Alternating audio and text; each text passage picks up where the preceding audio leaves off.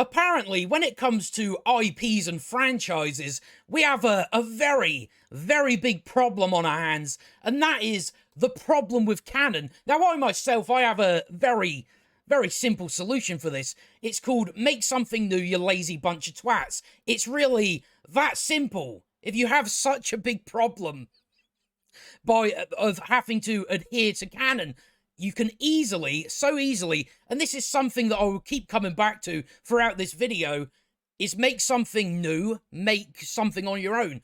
It's just that simple. But of course, with it being Hollywood and of course the mainstream media, we have certain articles that get floated about where essentially, like with this article, it does nothing but try to make excuses for people in Hollywood not to come up with anything original. That is all this article exists to do. There's no other. There's no real. It's not really about anything else other than that. It's just now we're gonna make excuses so people can keep adapting things or whatever it may be, and don't actually put the work in and don't actually give the fans what they want. That's all we have with this article, and this is of course from Adrian Westenfeld. So I hope, Adrian, you don't disappoint me. Although this article is fucking all over the place. It really is. It's such a jumbled word soup mess. And Adrian fucks it up with this article completely. Especially when she's bringing up the Rings of Power, which we'll kind of get into, I think, the further we go. But she starts off saying, Rings of Power and Star Trek Strange New Worlds did the impossible, adapting behemoth pieces. Well, no, Star Trek Strange New Worlds isn't... again, this is where we're going to have a problem, Adrian. Because you can't seem to understand what is an adaptation and what is, existing within its own medium. The Rings of Power was an adaptation, if we have to call it that. Star Trek Strange New Worlds is, I guess, a part of that canon. That is the difference between the two. And that is where she can't really seem to differentiate between the two. So she does quite mess up with stuff like that. It's all right, Adrian. I'll do your job for you. These journalists, you know what I mean. Adapting behemoth pieces of IP without pissing off fans. Now, already, again, remember how I said Adrian completely derails everything from the very start because she can't seem to grasp. She hasn't been aware of the massive backlash towards the Rings of Power. So it did piss off fans. It pissed off the majority of fans. That is very obvious. When every trailer gets ratioed into oblivion, it's probably safe to say that everybody's pissed off. But she's obviously lacks some sort of looking outside and seeing what's going on. I don't know. I don't know what it is, Adrian, but you could have done a bit more research to begin with. I don't know how you mess it up just from the sort of byline. I don't know how you mess that up, but okay, Adrian, we're still gonna see what you've got. There is a reason why I'm covering this article, because it amuses me just how absolute shite it is. But she says, turns out Star Wars and the MCU have much to learn. They've got much to learn from the Rings of Power, that absolute dog shit. Although Star Wars and the MCU at the moment is dog shit as well. So dog shit does dog shit, I don't know. But she starts off with, it's the best of times and the worst of times to be a fan. I wouldn't really say that. I would say it's the worst of times to be a fan. You'd be better off not being a fan of anything. You really would. I mean, everything that gets adapted either doesn't even look like the thing that it's supposed to be, or it's just absolute shite. So, yeah, I'm going to have to lean on the side of worst of times to be a fan. For devotees of mega franchises like Star Wars and the MCU, there's never been a more massive glut of new content, and that's one of the big problems. That's why there's so much generic dog shit, because we have to keep pumping out new content. New content. Next year, we've got about 18 Marvel series and about 10 Marvel films. And they all seem to turn out very terrible because they're just put on a conveyor belt, push through the factory, and it's just more generic sludge. But she says we're living through a golden age of interconnected storytelling. So I find it funny she's talking about interconnected storytelling, but again she's about to make the excuses for Hollywood being so afraid of adhering to any sort of canon. As sequels and prequels explode across film, television, and literature faster than many of us can keep up. So that should really be, straight away there, when that is sequels, prequels, all that sort of shit, reboots, reimaginings, remakes, you start to see that, maybe you're in a time where people can't come up with anything new. The people that are coming up with something new are the people that are doing stuff independently, as we've seen sort of in this sphere. So they're the only people coming up with something new, whereas Hollywood are not. They can't do it. For the life of them, they can't do it, and that's because they've hired so many people that just shouldn't have anything to do with writing. That's part of the reason. Yet at the same time, these mega franchises are tormented by their most strident fans. They're tormented by their paying customers who expect when you adapt something they love for it to actually look like the thing. You don't have to adapt things faithfully, but I would argue you should, considering you want to get that core audience to begin with. But we torment them, you see, by asking for good stuff and things that fit within the world that they're being told. We're tormenting these poor writers. It's just fucking hyperbolic shite. Melting down into paroxysms of toxicity through petitions, review bombing. Again, review bombing. Funny how everything that gets review bombed, every single thing, whether it is a TV series or a movie, the only time we see headlines, this is being review bombed, it's funny how the thing that you're claiming is being review bombed is always very bad. I do find that strange. I do find it strange that when you can clearly see that stuff like that is going on, you see it from the positive side of things as well. We've went over this many a times, where generally the 10-star reviews, whether it's IMDb, they usually beat the 1-star reviews. But we don't talk about that, do we? No, we don't. We don't talk about that. But either way, review bombing doesn't do anything. Doesn't stop people from watching something. It doesn't make people watch anything. So review bombing doesn't make a difference. Doesn't make a difference whatsoever. And targeted harassment campaigns. Okay, whatever you say. Among other odious tactics, toxic fandom is a complex beast. Not really, is it? It's just those people criticising my work, therefore toxic. That's very simple. That's all toxic fandom is. It's just a thing that doesn't really exist. It's just a made up boogeyman, so people in Hollywood don't have to put any effort in. That's all it is. So it's very, very simple, but you can kind of see what we're getting into. It's the usual shite. But at the root of its many convulsions, there's often one sore spot. The sticky concept of canon. Because everything gets put on, you just don't like this because it doesn't do canon shit, rather than it's just the thing is terrible. The thing is terrible. But that's what always happens, like whether it's the Rings of Power. People will just say, your criticisms are just based on it's not faithful to the book. When, no, it's actually because it's shit as well. So that's why it all gets turned into, oh, well, you're clearly upset about the canon. But they go on to say, Adrian goes on to say, canon is scripture. Canon is king. Canon can do no wrong. Well, it can. If it's not very, very good, then just because something's canon doesn't necessarily make it good. So I wouldn't really say canon can do no wrong. It clearly can, considering what we've seen happen to canon, whether it's Star Wars or whatever. Its definition is simple. The term refers to a fictional body of work and its established facts, but that's where the simplicity ends. But again, we're dealing with an article where she can't separate adaptation from, whether it is the Star Trek series. You're talking about two different mediums. So that's really where she messes up in this article.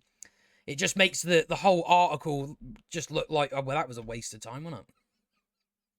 In this age of massive cultural production of sequels and prequels and cinematic universe, where does canon start and stop? Do novelizations, video games, or other ancillaries count, and who gets to decide? Well, generally it's the people that create the thing.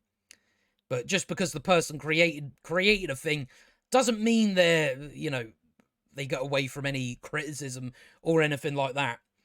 But yeah, novelizations, yeah, they have their canons. Video games have their canons. Everything has canon when it comes to stories. When new entries to the canon subvert, again, we keep talking about subvert. It's like, why do you want to subvert the canon? Why do you want to do that? Because, again, subversion is just another excuse for, I wrote something bad, so I'm just going to say, well, actually, I subverted it. This whole subversion thing, did it come about before Game of Thrones? The only difference in Game of Thrones, it makes fucking sense. Like the subversion of Ned Stark dying. The reason why that made sense is because it made sense. Oh, yeah, in King's Landing, this is a possibility of happening. So, there's good subversion, and there's just saying, well, I subverted it. I just made this what it shouldn't be. Or retcon. Something she does bring up in this article, I don't know if we should talk about it now or further down. But, retconning isn't really a bad thing. It just depends on how it's done. I think the kind of best example I can use, I think I said it during the Obi-Wan Kenobi series about what you could do in the Obi-Wan Kenobi series is do something with Obi-Wan Kenobi and Anakin and make it seem like they actually have a relationship, something we didn't see in the prequel trilogy, but yet we were told in the prequel trilogy that these two were very close. So what Obi-Wan Kenobi, the series, could have done is actually, done that in the series, and that would actually make the prequel trilogy a lot better than it is. So retcons like that, if it's making something or giving something more context, then it's fine. But if it's just, this woman actually did it first, it's like, what the fuck is that? The established universe, what's to be done? But, we can talk about the retcon and stuff when she actually brings it up. What's to be done with those unruly fictions? After all, when storytellers dare to expand canon, nobody has an issue with expanding canon. They have an issue with you fucking up the canon. But no, we have to pretend, again, that we just don't want people expanding the canon. Whether by disrupting the narrative, again, why do you want to disrupt the narrative of a fucking canon? I don't know what this is. Or simply shining a flashlight into its underexplored corners. Again, no one's taking issue with that. There can be hell to pay. Increasingly, fans have become Canon's militant enforcers. We do have more buzzwords to come, by the way. It is one of those articles. When those seeking to enlarge canon, again, you're about to bring up Jar Jar Abrams. When did he enlarge canon? When it came to Star Wars, all he did was A New Hope, but shit. That's all he done with Force Awakens. He didn't enlarge anything. He didn't make anything good. He just copied what had already been done, except done it in a bad way. So let's see what she says. When those seeking to enlarge canon stray across its perceived guardrails, like Jar Jar Abrams or Rian Johnson, again, you're bringing up two people that are fucking shit. You're bringing up people that are shit at their jobs. I don't know why you're going here. Backlash is swift and I'll just say ferocious because I don't know what the fuck that says. In one memorable dust-up, Star Wars fans petitioned for Disney to erase The Last Jedi from the franchise's canon altogether. Why was that? Because, it destroyed the characters of the original trilogy. That was obviously the main reason. Again, they didn't do anything in a good way with The Last Jedi, but, we'd be here all day if we were going to talk about The Last Jedi anyway. But yeah, they probably should erase The Last Jedi because it's just fucking bad. Somehow, canon is at once a collective orthodoxy that the canon is just what the canon is. I don't have a say in it. Nobody has a say in it. It's just the creation of the canon. But yeah, we have to make out it's it's all personal to people. It is in the sense if you don't like something personally. But canon is canon. I don't know what to tell you. Inflected with each viewer's own biases and desires, even their own bigotry too. Remember I said about those buzzwords. We've got more on the way. We've got better ones on the way. What have we had so far anyway? We've had Hollywood is tormented by their fans. We've had Canon's militant enforcers. And even their own bigotry, too. Just keep telling yourself that. But she goes on to say, Canon has a big problem, and the call is coming from inside the house. It's not hard to see how this obsession with canonical fealty has hamstrung Marvel and Lucasfilm. Well, when you're talking about Star Wars, it exists within a canon. If you put something in that canon that messes up the then that's not a good thing, is it? You should have fealty to canon when it comes to what you're talking about. Like with Marvel, like with the MCU specifically, that has its own canon. So if they forget about the canon or mess something up, that doesn't make it a good thing. The good thing would be making sure it fits within what you've already told. So, yes, you should swear fealty to canon when you're talking about the MCU or Star Wars. I don't know why you would want to mess that up. But again, as I said, I will keep coming back to the fact you can just write something new. Simple. Very simple. But no, you don't have enough talent for that. There's a reason why so many people just go, no, I'll just go and work on Star Wars or Marvel. Because then they don't have to try, do they? Because people will just turn up to a Marvel film, wouldn't they? They'll just turn up to whatever the brand or IP is named. So that's why. Just lack of talent. That's why you have to go to that, because then you get people in no matter what. Two franchise juggernauts whose every innovation... Don't say words like that. When was the last time Marvel innovated anything? When was the last time Lucasfilm innovated anything? So no, there's no innovation going on. Innovation would be coming up with something new, wouldn't it? Wouldn't it? That would count. But no, we can't do that because we don't have the fucking talent. By a fan meltdown when storytellers are held hostage.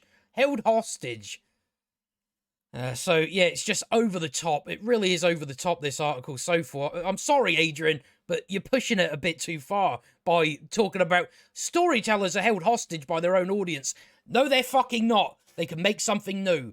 Why have we got to make excuses for hack writers?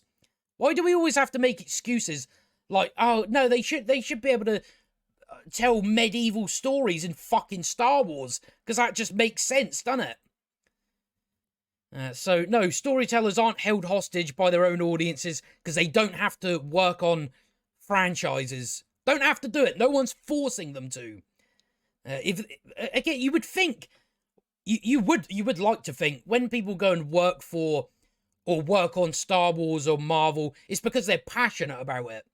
But clearly not when apparently they're being held hostage. Why the fuck are you there then?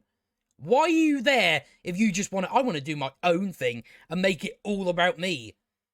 When you could just go and come up with something new? I don't get it. It undermines their ability to do what artists do best. These people you're talking about are not fucking artists. They are not artists. Explore, revise, play. What? Okay, because we're about to get to stuff where they start talking about we should have another version of the original Star Trek. Why? It's already been done. Just by having another version of it, first of all, only waters it down. Second of all, it's not doing anything new. You're just treading the same ground over and over and over. Explore. Again, no one's got an issue with people exploring things. Just make sure it fits within the continuity that you're telling. This is the problem with storytelling in the age of the mega franchise. Yeah, people aren't writing new things. All too often, the impulses of abiding canon conflict with the impulses of making art. No, it doesn't. Again, I'll keep saying it. I think by the time we're done with this video, I would have repeated this line about 200 times. You could just do your own thing. Again, it's not even difficult. It's not even difficult to understand that. As Ron Moore, a longtime Star Trek writer who later rebooted Battlestar Galactica, put it, it's frustrating to be in the writer's room and tossing out stories, then having to stop yourself and go, does this work? Does this violate continuity? Well, you should have a... Did they not used to have people that done that job? Where they would hold the book of what they could do and what they couldn't do. But again, we have to act as if continuity is somehow a bad thing. Again, just write something new. And having to call people and check encyclopedias and look up information, how hard it must be. You know, I thought people that worked on projects they used to do research. Used to do. Now they don't seem to want to do it anymore. But it's very hard just to go, oh, I'll grab an encyclopedia, check. Oh, no, I can't do that. So if I was a person with talent, what I would be able to do, I would be able to come up with something great that didn't break the continuity. That's what things need, is just people that have talent can work their way around. But no, we'd rather just have people complaining about it. And look up information. You want to have it all in your head and just play. The Trek universe has got to the point where you can't play anymore. I mean, Star Trek is another dead franchise anyway, so, you know, I don't know how far back this is. I don't know if this is a brand new quote. I don't know. How can storytellers possibly play or progress under the weight of all that baggage and still please today's demanding audiences too? I don't want to keep saying it, but I have to. It's like you're not held hostage by anything. Anybody, anywhere can come up with something new. That's all you have to do if you feel like there's baggage, you're being weighed down by something. That's all you have to do. You don't have to do franchise stuff. You don't have to do adaptations. You don't have to do any of this stuff. But for some reason you want to, and then you want to complain about it. Just like we had with an Obi-Wan Kenobi series writer that complained about restrictions of canon. Funny thing about that one is they broke canon constantly. Some mega franchises have found a solution where canon isn't a restriction, but rather a foundation. If fans won't accept stories where canon makes less sense, then by God, these shows will bring the canon to make more sense. So this is kind of, I guess we're about to go into the retconning stuff. So let's, again, I don't really have much context for what she Star Trek A New World or whatever it is. Haven't seen it. I don't know nothing about it. So I can only go on the information she's given me. But she says, consider Strange New Worlds. Paramount Plus's sensational. I can't comment if it's sensational or not. Star Trek prequel set during the captaincy of Christopher Pike, who preceded Captain Kirk aboard the Enterprise.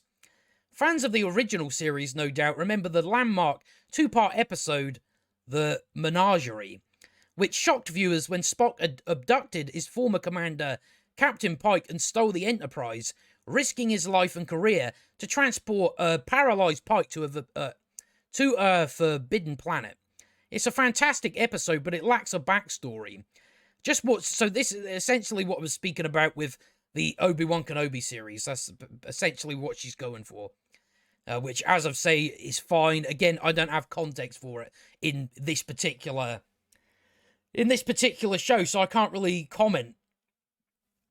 I can just go off again what she's given me. For all I know, it's absolute dog shit. which, you know, in current era, it's best to assume everything, isn't it? So it lacks a backstory, just what sort of bond existed between these two men that drove rule-following Spock to steal Starfleet's flagship. Enter Strange New Worlds, a prequel whose major thematic concerns include Pike's anxiety after foreseeing his own grim fate, as well as deep and meaningful friendship with Spock. In the Season 1 finale, after Spock intuits that Pike has saved his life through some alternate universe, Spock says, "I believe I may owe you a debt of gratitude." The scene continues with a poignant conversation about how much these two mean to one another. But for devoted fans, it runs a level deeper. So this is why Spock steals the Enterprise, because he owes Pike his life, and he'd do anything to save a beloved friend. Suddenly, everything that lies ahead in the canonical timeline makes that much more sense. Again, no one's got an issue with that. What you've given me, no one is taking issue with that. The issue I'm about to have, though, is you then bring up Rings of Power, which is kind of different, isn't it, to Star Trek? Because you're talking about adapting something to a different medium. But we'll get there. We'll get there soon. I don't know how long she's got left to just rabbiting on. Strange New Worlds has mastered a brand of storytelling that informs and enlarges the... All you did was... You just... Oh, Spock did it because he saved his life before. That's literally all you've done. I wouldn't really call that groundbreaking. That informs and enlarges the canon without dishonouring or disrupting it. Yeah, that's again, you've got it right there. That is what people want. They want something that may enlarge the canon without dishonouring or disrupting it. That is all people are asking for, yet that is too hard to... It's just too much. It's just too much. Pleasing, finicky fans and contextless newbies alike. So yeah, we're eventually going to get to the bad fandoms, bad behaviour. As Strange New Worlds writer Davy Perez explained to Inverse, our goal is never to undo people's experience with the original series, but if we can manage it, perhaps to give us an interesting perspective to consider that lines up with the original stories, but you don't really have to do it, do you? You don't have to do it. You don't have to keep retreading the same ground. It's fine to let things die. That's you know, it's fine. We are allowed to have Star Trek just, you know, stop. We don't. What do we need it to continue for? Especially in its form, at least from what I know, from what other people say. Why do we need it to still exist? Why can't we just move on? Why can't we go, you know, we're done with Star Trek now. I think we had a good original series and other, you know, I haven't seen it, but I did go to watch the original series, but I think the internet went, so I never went back to it. But again, yeah, we've done the original series, we've done this, we've done loads of Star Trek. Why can we never put things to rest? Why can we never go, yeah, we've probably done enough with that now, haven't we? Done enough of it. I don't think we need to continue it. But no, people just can't let nothing go. Can't let nothing just go, you know, in peace. We have to keep going, we have to keep fucking with everything, don't we? That's what's fun about playing in this era of Star Trek canon. There are a lot of stories and ideas that have been touched on in the past, but still have lots of potential to explore. There are those words again: fun, play, explore. Call this the yes and approach to canon. By building on what's already known, storytellers can make existing fictions bigger, richer, and clearer. Yeah, no one's taking issue for that, but we don't need to do it. It's not necessary. So now she's going to bring up Rings of Power, which, as I've said, this is... Adrian, you're talking about an adaptation of a book into a TV show. So the TV show will now, you know, it doesn't stick to Tolkien's canon, but it now has its own canon. So I can only assume, Adrian, that you think the Rings of Power is a prequel to Peter Jackson's trilogy. I can only assume that based on what you say. You can't really see the difference. You're trying to apply what we just went over with Star Trek to Tolkien. it's different. It's totally fucking different. Because you're adapting things. You're not continuing anything. You're adapting it. So let's see what she says about it. Over on Prime Video, Rings of Power follows a similar... And just to point out, the Rings of Power is shit. So trying to make your fucking point out of this, leave it. Don't even bother. There's plenty of other better examples you could have came up with. But you picked the one show that is so bad to try and, you know, give your argument. You picked a bad show. So it's really, when it comes to that, it's not going to work in your favour. I'm sorry. But again, you can't seem to tell the difference between an adaptation and something like Star Trek that has always existed in the medium of TV and film. So let's just go on. But yeah, the Rings of Power is shit. Does nothing for your point. Does nothing for your point, Adrian. It really doesn't. You could have used a worse example. Where J.R.R. Tolkien's source material is narratively thin. Well, it's not. What Prime had is thin. I would say they could have got the rights to the Silmarillion, but then again, I don't think that would have been a good idea. I don't think it would have been. They would have... Well, they've already fucked that up, haven't they? Consisting largely of battles and secessions, Rings of Power showrunners have grafted connective tissue. No, they haven't. They haven't grafted. They haven't. I don't know where you're getting this information from. Have grafted connective tissue onto this sparse scaffolding, shading in the thoughts, feelings, and choices that propel familiar characters to each predetermined plot point. Does it, though? Because they've completely changed everything to the point where it's not even recognizable. Again, because we're getting into adaptations, you don't have to adapt anything faithfully. You don't have to do it. But if you want it to succeed, you should. That's just what it is. Especially when you're dealing with something like Lord of the Rings that already has a massive global audience. Already exists in there. But what Amazon did is they kicked all those out. And now what they have is people mocking them. And they might have one or two people going, this is a really good show. We know where these characters are going, but if there's one thing Tolkienites understand, you know, I'll talk about it when we get there. It's just something popped in my head there. It's that it's the journey that shapes and changes us, not the destination.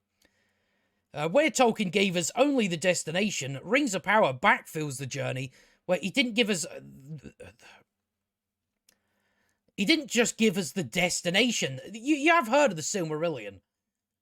Fucking hell, journalists don't want to do any research, do you? Where Tolkien gave us only the destination, Rings of Power backfills the journey. Yeah, but again, you're talking about a book. You're talking about something being adapted from a book. So if they do something with the TV series, that doesn't apply to the fucking book. That's why I have to assume you must think this is supposed to be canonical to the Peter Jackson trilogy. I can only assume that just by the way you're talking about it. Again, you're talking about two separate things here with Star Trek and Tolkien. So take Lord Elrond, for example. I mean, they completely changed his character. So any argument you have for they're filling in the black... No, they're not, because he doesn't hit that point. They've changed his character, just like they changed Galadriel's character. You didn't bring up Galadriel because you knew you couldn't get away with it, couldn't you?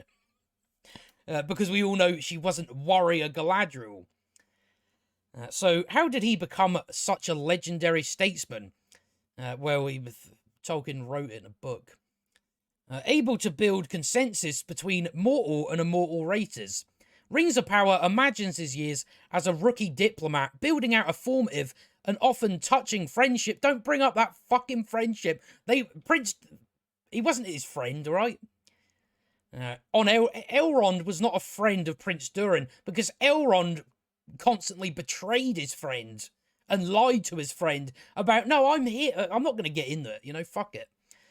Touching friendship, but yeah, they're not friends, so no, did you watch the show? No. As Strange New Worlds accomplishes with Spock, suddenly Elrond's canonical future makes more sense, doesn't though? It doesn't, because you're not... Again, that's why she's fucking dumb. She's really dumb. She must honestly think that Rings of Power, it's not connected to... It is not connected to Peter Jackson's trilogy. So anything they do in the Rings of Power, you can't go, oh, now it makes sense why Elrond made it here. Yeah, they don't seem to know that Tolkien's already wrote about all this in a fucking book. It just so happens that all Amazon had was the appendices. That's all it was. But Elrond's canonical future makes it doesn't. Because it's in a different medium. It's in a different medium. It's not connected to the books either. You've adapted it. Again, we say adapted. It's not really. Adapted it into a different medium. So now the show has its own canon. It's not connected to the books. It's not connected to the Peter Jackson trilogy. It is its own thing. So there's no canonical future. Oh, fucking hell. So, yeah, that's where I'm just like, yeah, this article is a shambles. An absolute shambles. First draft, guarantee it.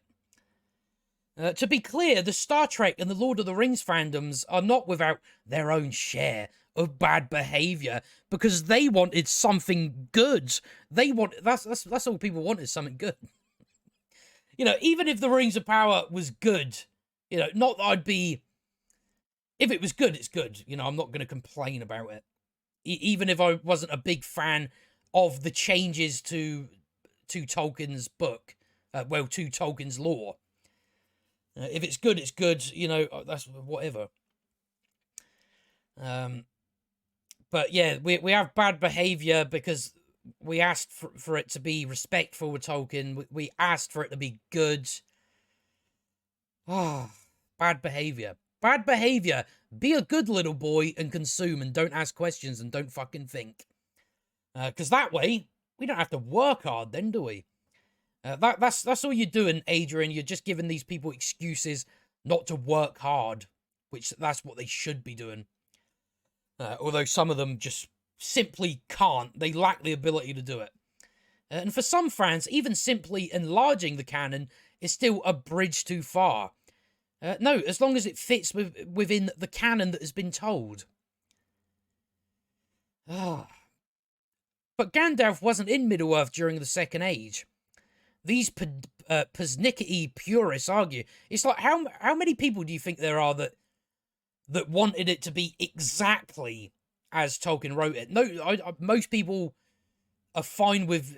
There's always going to be changes, no matter whenever you're adapting something to a different medium, you are not going to be able to do it for word. So most people are not purists. They just wanted it told respectful to Tolkien, told in the spirit of Tolkien. We didn't get that. If we did get that, we wouldn't be in the position we're in with the Rings of Power being an absolute failure. But Gandalf was... So these persnickety purists argue, taking aim at the all too likely theory that Rings of Power's mysterious stranger is in fact the notorious wizard Gandalf. Sure, Gandalf the Grey had yet to arrive in Middle-earth during the second... Yeah, he came in the Third Age. Set and encompassed by Rings of Power, but during this timeline, he was knocking around the continent by other names in other forms. No, he wasn't. They didn't come to the Third Age. Where canon-obsessed fans might see a limitation, any good storyteller would see a tantalizing mystery. Well, you were dealing with, you know, people to do with Jar Jar Abrams. That's all they have is mystery boxes. Don't have anything else. Tolkien himself often amended and expanded his own work. What's that got to do with anything? That's his work. He's changing his own work. If he amends anything or expands something, Tolkien did that on his own. He did it with his own creation. So he's allowed to do it with his own work. Now, if he came up and started making changes to someone else that wasn't his work, you would question it. So, yeah, that doesn't help any argument you're making. So why shouldn't Rings of Power take some creative liberties You can take creative liberties. Just tell it within the spirit of Tolkien. Again, you had something to adapt that had a big audience already, so it just makes sense to actually try and make those people happy. Make those people happy, and you're going to get more people coming in anyway. But I don't. We just live in a time where every single adaptation is, nah, I want to do my own thing. I want to put my own spin on it. And you're just like, yeah, that's what everybody does now. Everybody does it. You would actually be doing something different if you tried to actually make it what the thing is. But no one's saying they couldn't take some creative liberties. The creative liberties they took, first of all, weren't creative. Second of all, they completely changed the entire thing. Especially with the author's grey areas. Isn't it more fun to think about what could be true rather than what must be true? Not necessarily. Depends on what it is, doesn't it? I wouldn't really say, oh, it's more fun to think what could... No, I want to fucking know, don't I? I want to know what happened. Instead of, no, we've got to make it a mystery. We've got to have mystery boxes, you know. So, no, I don't agree with that. When we love stories, we want them to make sense. Yeah, the Rings of Power didn't make sense. To have consistent internal logic, didn't have that. To meet the sky-high expectations that our devotion has placed upon them, didn't hit that either, did they? But canon isn't purely good by definition. Well, yeah, again, you're going to go the wrong route of it, aren't you? You're going to go the completely wrong route. Whereas I said, canon isn't good. It depends on if it's well done. Or, like, you can have something that exists within a canon, but that doesn't make it good, does it? But she's going to go, oh, and sometimes it restricts good storytelling. No, it doesn't. It doesn't restrict you. You are not being restricted. You can go, as I've said countless times now, make something new. How simple. How simple that a stupid person like myself can come to that conclusion. How did I get there?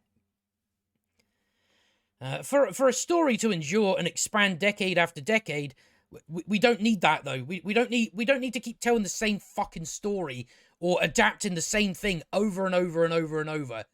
We can do it once, and then we can go, all right, there's something else to do now. But no, we have to go. No, for a story to endure, you have to keep telling it. No, you don't. Story. Do you know what stories?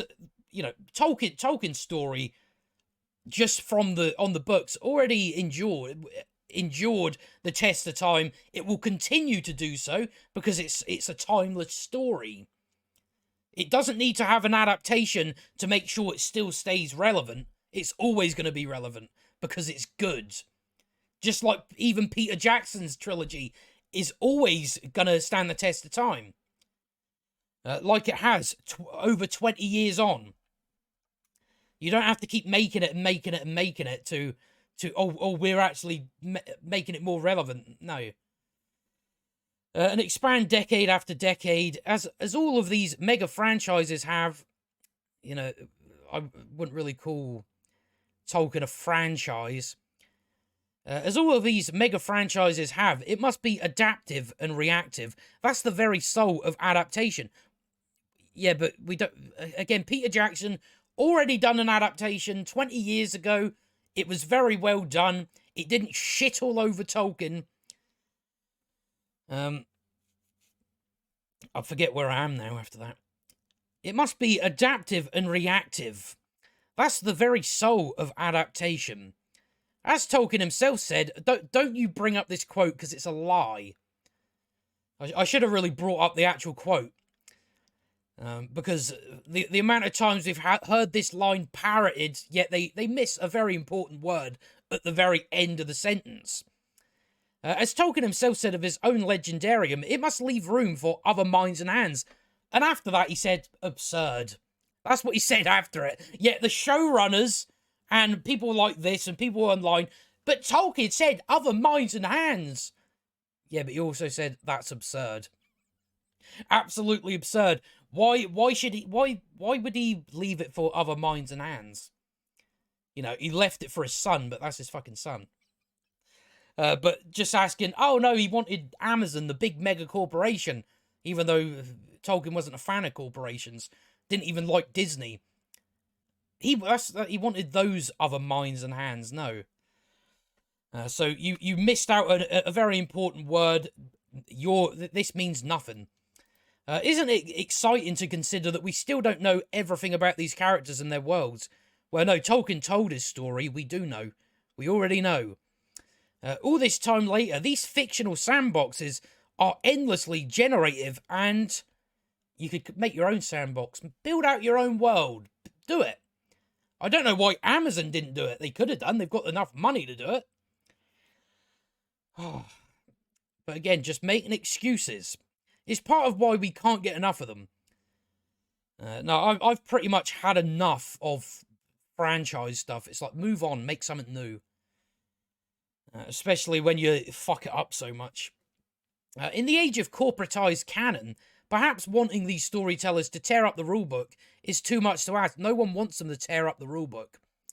But as radical as this yes and approach to canon may seem, so yeah, we kind of just get to the end of the article, and your whole point, all those words you typed out first draft, it just comes down to, well, you can do what Star Trek done and give something more context. That's your whole argument. Again, the reason why your article is a shambles is because then you bring up something that is on a different, although similar thing, is different because you're adapting something. Star Trek isn't an adaptation. It's its own thing in its own medium. Approach to canon may seem, it's really just a shade of what's possible. Again, it depresses me whenever I see this shit. I'm just like, you're talking about things when it's like you can't realise that nobody's making new things. Especially when it comes to Hollywood, at least. No one's making new things. Everything is a franchise. Everything is an adaptation. Everything is a remake. Everything is a reimagining. I think that's what the title of your headline should have been. The problem with lazy pricks. But it's just depressing that we just live in a time where it's, no, we want to keep making the same thing. The same thing. We never want to move on and try something else. We're just going to make excuses not to do anything original. Again, there's a reason why there is a push like this. It's because there's so many people in Hollywood that are so untalented that if they came up with something on their own, it wouldn't be good. Therefore, it wouldn't catch on. So they go, oh well, what I can do is I can use the name recognition of the Lord of the Rings, and then people are going to come up no matter what. That is what that's why there's a push for this. That's why there's a push for making everything into a franchise. So you've got that name attached to it. So no matter what, you're always going to have people coming. Always going to have people coming. It doesn't matter if your thing's shit. But whereas if it was an original thing and it was shit, nobody would turn up. So that's all it is. That's all it is.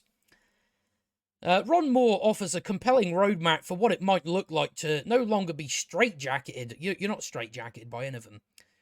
Again, you can keep throwing words like this out as straitjacketed, held hostage. You're not. You are not. You're being hyperbolic, and you are also just excusing yourself from writing something new. By canon, this was version 1 of Trek. Love it, celebrate it, watch it forever. If that is your cup of tea, go ahead. Let's have version 2. Why? Why do you want a version 2? Again, so afraid, so petrified to come up with something new. We have to go, we want version 2 of Trek. Why? Again, first of all, you watered it down. Second of all, it just shows how afraid you are of actually just moving on. When we need to have a version, we need another version of something that's already been done. That's what we need.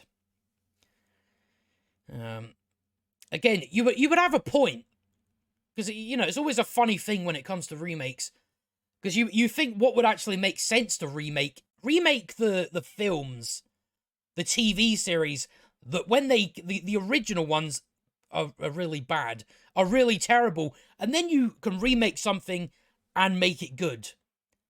But instead, what we're doing is we're remaking things that already were good. And whenever we see a remake, you know, it may happen now and again, but for the most part, a remake is never going to beat the original. Never going to be as good. So leave it alone. Leave it alone. Remake the bad stuff. So I would probably agree with him about having version 2 of Star Trek if the first Star Trek series was terrible. Then I'll go, yeah, you could have a version 2 actually, because the first one they done wasn't that good. So you could actually work with that. You could actually improve on the concepts and ideas. But instead it's just, no, we're going to make version 2 of a show that's already good. Because we can't move on. We can't come up with anything original. We have to bleed every fucking ounce of blood out of it until it's nothing more than a husk of its former self. Thereby, you're just annihilating the franchise you want so much by going, let's have another version. Let's have another version. Let's have another Starship Enterprise with Kirk, Spock, and McCoy, and let's tell a different version of the events. Again, whenever I see, I just think to myself, you lazy piece of shit. It takes me that far where I just get so annoyed where I read shit like this, and I'm just like, you're fucking so lazy. It's so absolute laziness. Let's tell the same story, but events happen differently. And they think this shit is like groundbreaking, and it's not. Look at Shakespeare. How many versions of Cleopatra can the world stand? What? Just because there's loads of versions of Shakespeare, that doesn't make your argument. That doesn't make your argument. Because mainly when you're talking about different versions of Shakespeare, again, you're talking about them being adapted to a different medium. I think, you know, my knowledge on Shakespeare, I don't really care that much about it. As many as you can think of, let's just do a different take on it and get fucking hell. It really annoys me. The amount of times you've said it. Let's just do a different take on it. Why? That's lazy. That's lazy. You're just copying someone. You're just doing a copy and paste. That's all you're doing. But no, we have to keep having different takes on everything. You could have a different take on everything, and it's called going to the drawing board, whatever it is, and coming up with a new story, a new world, new characters. You could do that. You could do that. It's so easy to do that. Let's just do a different take on it again. And I don't know how these people don't get fucking bored. Just going, we're just making the same thing again. Well, we lack the talent to come up with anything on our own, anything original, anything new. No, let's just do a different take on it. And get energy out of it and not worry about all the backstories. You want Trek to be fun, so make it fun. Why does it make it fun? Because you've done a different version. And she finishes off on, when it comes to canon, it's true what they say. If you love something, set it free. What a shit article. What a shit article. It was amusing. I think we got plenty out of it. But yeah, that's what she finishes on. If you love it, you should just let it go. You should just set it free. Can you come across any less gaslighty? Oh. But that's what you should do. That's what we all should do, is set it free. Set canon free. What are you worried about continuity for? What are you worried about things making sense? What are you worried about? Why can't people just keep making the same thing over and over again? Why are you saying people should come up with something new? You bigot. Fucking hell, it's so depressing getting to the end of that article and you just think to yourself, it's just, we have to keep making it, well, not me, I'm not making excuses for this shit. But people like this just constantly make excuses to just not do anything new. We should actually be trying to tell people is let's make new things. Let's fucking innovate. Let's create something new. Now people are doing that. Unfortunately, they don't exist within the Hollywood bubble. The people in the Hollywood bubble don't come up with anything new. Don't come up with anything new at all. And I'm not saying never adapt anything. But it's just, we don't have to keep doing the same thing over and over and over and over and over. We can have a break from just adapting things. And again, everybody would be up for adapting things if people actually wanted to tell it in the spirit of the thing that they actually liked. If you're not willing to do that, why should you expect people to show up? Why? Again, the amount of examples we have, whether it's Halo, the Netflix Resident Evil series, you've got an entire group of people wanting a good adaptation of, Resident Evil 2, whatever it may be. Yet you're going, nah, we ain't doing that.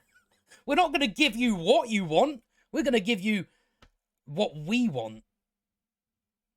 Doesn't make any sense. Doesn't make any sense at all. But there you have it. That is the problem with Canon. There isn't a problem. Hollywood is just filled with untalented, lazy pricks.